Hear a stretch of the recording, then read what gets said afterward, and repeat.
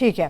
وہ P T I کے اگر لوگ چھوڑ جاتے پنجاب اسمبلی میں، جیسے وفاق میں ہوا نا، کچھ لوگ چھوڑ گئے، حالانکہ انہوں نے ووٹ نہیں ڈالے مگر لوگ چھوڑ گئے، اس کی وجہ سے ساری ان کی کچھ حلیف پارٹیاں چلی گئیں، ایم کیو ایم چلی گئی، دوسرے لوگ چلے گئے. ٹھیک ہے. اب اتحادیوں میں بلاول بھٹو زرداری ہارون صاحب کہتے ہیں کہ 3 افراد بیٹھ کے ملک کی قسمت کا فیصلہ نہیں کر سکتے، فل کورٹ کے اوپر اصرار ہے. اصرار کی وجہ کیا ہے؟ مریم صاحبہ فل کورٹ سے بھی اب پیچھے ہٹ گئی ہیں. بات یہ ہے اب یہ کوہین ختم ہوتا جائے گا، ان کے جو وحدت فکر ہے نا وہ ختم ہوتی جائے گی. جب کرائسس ہوتا ہے تو یہی ہوتا ہے. بات یہ ہے کہ کوئی کل کہے کہ ایک آدمی فوج کا سربراہ نہیں ہو سکتا، 5 لاکھ کی فوج کو حکم صادر کرتا ہے. بھائی فوجی نظام ہی یہی ہے، آپ اس نظام کو بدل ڈالیں. بھائی ایک چیف جسٹس کیسے یہ بینچ بنا سکتا ہے؟ بھائی چیف جسٹس ہی ساری دنیا میں بناتا ہے. صحیح. ٹھیک ہے. یہ ایک وزیر اعظم کیسے جی فیصلے کر سکتا ہے؟ اچھا ویسے وزیر اعظم نہیں کر سکتا، ایک کابینہ کی حکمرانی ہوتی ہے.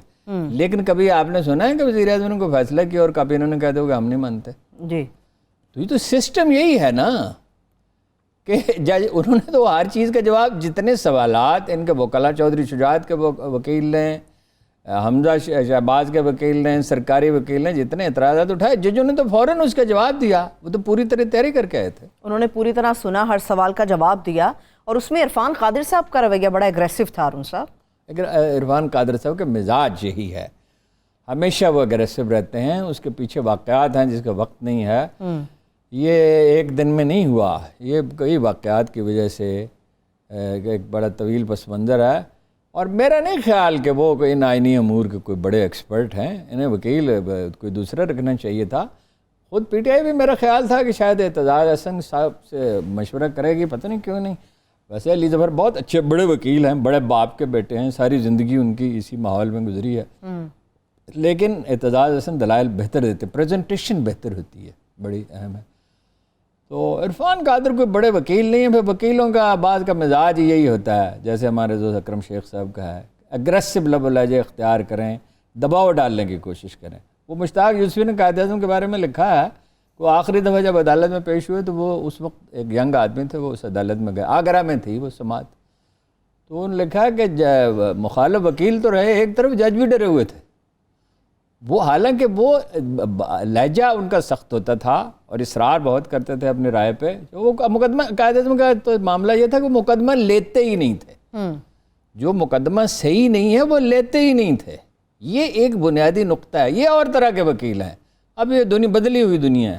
اس زمانے کے بعض وکلاء جو ہیں اگر وہ اپنے موکل کا موقف درست نہیں سمجھتے تھے تو انکار کر دیتے. عمران خان نے ایک واقعہ مجھے بتایا، وہ بوتھم کے خلاف جو کیس تھا، کہ ان کے وکیل نے کہا کہ اگر کوئی غلط بیانی کی، اگر کوئی ڈاکومنٹ صحیح نہ ہوا، میں عدالت میں اعلان کر دوں گا دستبرداری کا. ایک آنریبل وکیل جو ہے وہ یہی کرتا ہے.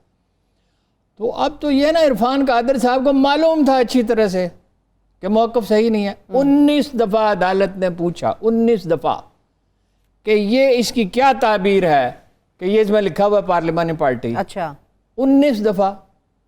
ایک دو نہیں. اور کیا جواب تھا؟ کوئی جواب نہیں. تینوں وکلاء کے پاس کوئی جواب نہیں.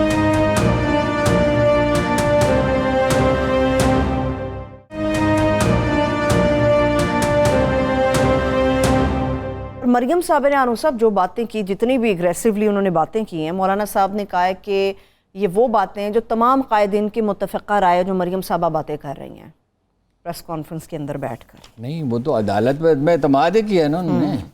تو عدالت پہ یہ عدم اعتماد وہ وہیں کر دیتے، عدالت میں کر دیتے. مگر یہ ہے کہ اس میں ایک بنیادی تضاد ہے. وہاں ان کے وکلاء یہ کہتے ہیں کہ ہمیں آپ پہ اعتماد ہے. یعنی وکیل یہ کہہ رہا ہے کہ اعتماد ہے، موکل کہہ رہا ہے کہ ہمیں عدالت پہ اعتماد نہیں ہے. تو پہلے دن سے یہ موقف اختیار کرتے، چیف جسٹس صاحب دوسرا بینچ بناتے تھے، جو بھی مناسب سمجھتے کرتے. صحیح ہے.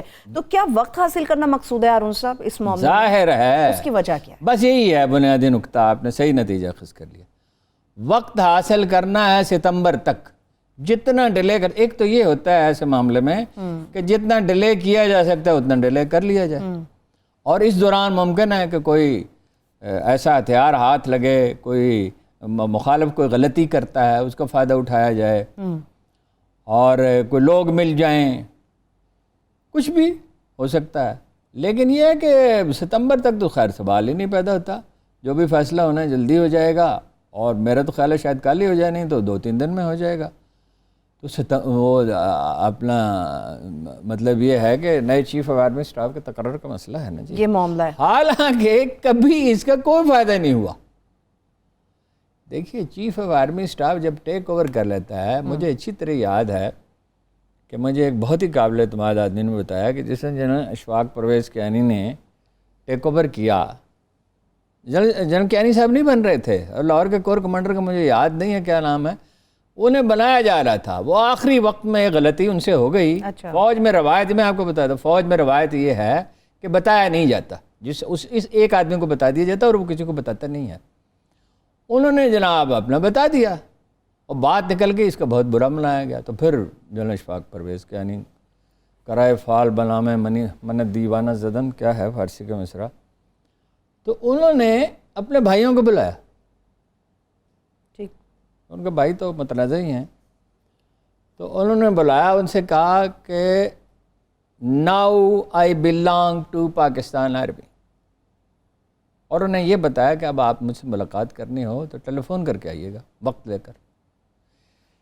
وہ دیکھیں نا، ایک ملک جو خطرے میں ہے، جس کی سرحدوں پہ دشمن بیٹھا ہوا ہے اور جس کے اندر بے پناہ سازشیں ہو رہی ہیں، وہ آرمی چیف کو اپنی ترجیحات خود طے کرنی ہوتی ہیں۔ روایت بھی یہی ہے جو نہیں ہونی چاہیے، لیکن یہ کہ سیاستدان ذمہ داری کا جب مظاہرہ کرنے لگیں گے تو بتدریج گراؤنڈ گین کر لیں گے، اور اب ایسے حالات پیدا ہو رہے ہیں۔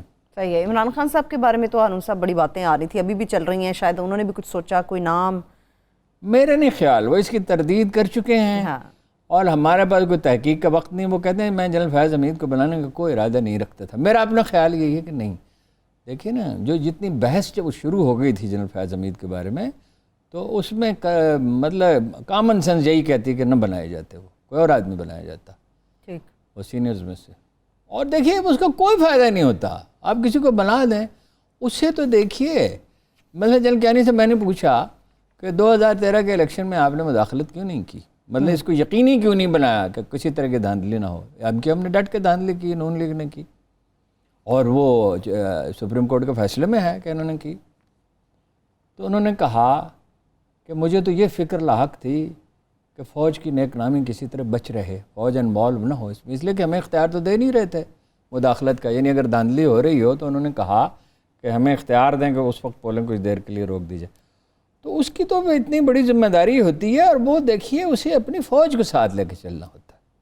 صحیح، اور بہرحال وہ تو پاکستان جیسے ملکوں میں تو ایک طرح کی متوازی حکومت ہی ہوتی ہے۔ ٹھیک ہے۔ ابھی ہارون صاحب لطیفہ افریدی صاحب تھے اور دیگر بار کے 5 کے قریب صدر بھی وہاں پر پہنچے تھے، اور وہ سب لوگ بھی موجود تھے، اور عدالت نے اس کو نوٹس بھی کیا، اس کو جانا بھی، لیکن جیسے صاحب نے کہا کہ میں دیکھ رہا ہوں کہ 5 سابق صدر ہیں بار کے، دیکھیے وہ پی ٹی آئی کے مقابلے میں جہاں ایک ہی آدمی ہے، دراصل اسی کا ویٹیج ہے، وہی لوگوں کو متحرک کرتا ہے، وہی جلسے جلوس کرتا ہے، وہی فیصلے صادر کرتا ہے۔ نون لیگ بہرحال ایک بڑی پارٹی ہے اور بڑا سیاسی طویل تجربہ ہے، اور بڑے ان کے اثرات ہیں، انہوں نے 35-40 برس وکیلوں میں کام کیا ہے، بزنس مین میں زیادہ کیا ہے، وکلاء میں بھی کیا ہے، اور میڈیا میں کیا ہے، ہر شعبے میں ان کو سرکار سول سروس میں کیا ہے۔ تو انہوں نے تو بڑی پلاننگ کے ساتھ وکلاء میں کام کیا، لیکن آپ نے دیکھا کہ لاہور میں کیا ہوا تھا جب ایوان اقبال میں وکیلوں کو بلایا، جی، تو وہ چھوٹا سا اجتماع جو ہے وہ جلسہ عام بن گیا۔ اب بغاوت کر دی ہے، توڑ دی بندوں نے آقاؤں کے خیموں کی طرح۔ وہ مرکزی لیڈرشپ جو ہے بعض اوقات ایک تاثر قائم کرنے میں وکلاء کی کامیاب رہتی ہے، لیکن جیسے باقی نوجوان چلے گئے عمران خان کے ساتھ، اسی طرح وکلاء بھی چلے گئے۔